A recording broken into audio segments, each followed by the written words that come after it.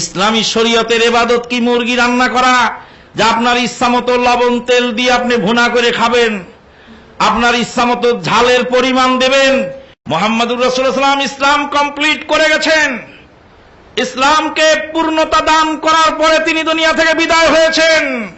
ওহী যেদিন শেষ হয়েছে নাজিল, সেই দিন আল্লাহ পাক তাকে উঠিয়ে নিয়েছেন দুনিয়া থেকে। কিয়ামতের আগ পর্যন্ত জিবরিল আমিন আর ওহী নিয়ে আসবেন না। 400 বছর পরে 4 মাযহাবকে ফরজকে বলল, 4 ফরজের 1 ফরজ তো আপনি মানলেন, আর 3 ফরজ গেল কোথায়? একজন লোক ট্রেনের মধ্যে বই বিক্রি করে, ভাইজান আমার এই বইয়ের মধ্যে পাবেন দরুদে মাপ, দরুদে মাহি, দরুদে লাখি, দরুদে হাজারি, দরুদে নারিয়া, দরুদে নুরিয়া, দরুদে তুনাজ্জিনা, নাদে আলী, সেহেল কাব, আরো পাবেন 9 তন, আরো পাবেন 130 ফরজ। 10 টাকার বইয়ের মধ্যে দুনিয়ার সবকিছুই আছে। আমি বললাম, ও খোকা, এটা কি এ বছরের ফরজ না গত বছরের ফরজ? হ্যাঁ, বছরে বছরে ফরজ আবার কম বেশ হয় নাকি? কেন রে বাবা, গতবার যে 30টা রোজা গেল, এবার যে 29টা গেল, তো একটা কম বেশ হয়নি?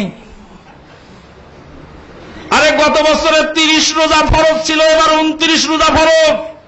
রোজা যেমন একটি কমেছে, আবার নিয়ত তো একটা কমেছে। 30 রোজা 30 ফরজ, 30 নিয়ত 30 ফরজ।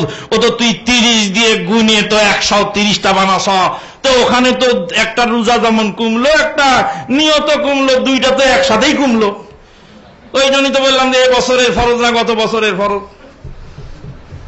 তারপরে আছে 4 মাযহাব 4 ফরজ, 4 কুরসি 4 ফরজ। 4 মাযহাব 4 ফরজ, তুমি কয় মাযহাব মানো? বলে আমি 1 মাযহাব মানি। তো 4 মাযহাব 4 ফরজ, তুমি 1 মাযহাব মানো, আর 3 ফরজের খবর লও, তারপরে কথা বলো। বলছে 4 মাযহাব 4 ফরজ একটা মানলেই চলে, আর 3টা বিশ্বাস করলেই চলে।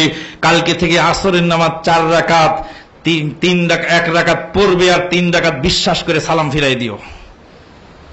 তা আবার কেমন করে হয়? কে ফরজ করলো এই জিনিস? কে আবিষ্কার করলো ইসলামের মধ্যে? ইসলাম কমপ্লিট করে দিয়ে নবী মুহাম্মদ রাসূলুল্লাহ সাল্লাল্লাহু আলাইহি ওয়াসাল্লাম দুনিয়া থেকে বিদায় হয়ে গেলেন। কিয়ামত কাল পর্যন্ত ইসলামের এই কমপ্লিট ইসলামের মধ্যে 1 বিন্দু ঢুকবেও না, 1 বিন্দু বেরও হবে না। এমন কোন অন্যায় কাজ নাই যেখান থেকে উম্মতকে নবী সাল্লাল্লাহু আলাইহি ওয়াসাল্লাম সতর্ক জানান নাই। এমন কোন ভালো কাজ নাই তা উম্মতকে তিনি শিখিয়ে যান নাই। নবী মুহাম্মদুর রাসূলুল্লাহ সাল্লাল্লাহু আলাইহি সাল্লামের তিরোধানের পরে যদি আমি আপনি কোন কাজকে ভালো বলি, তাহলে বুঝতে হবে মুহাম্মদুর রাসূলুল্লাহ সাল্লাল্লাহু আলাইহি সাল্লামের চেয়ে আমরা বেশি বুদ্ধিমান এবং বেশি পরহেজগার।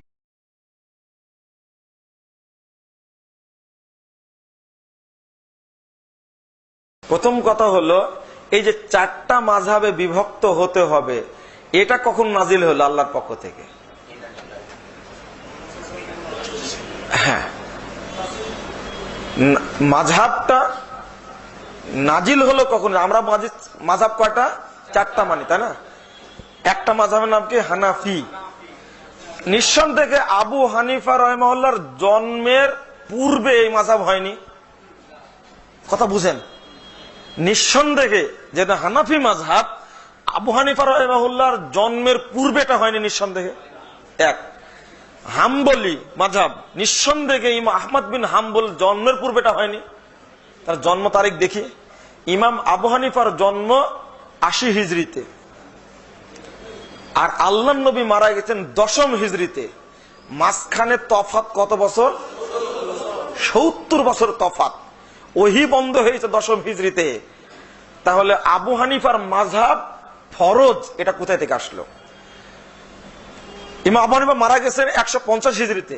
ইমাম শাফির জন্ম 150-এ, মৃত্যু হলো 204-এ।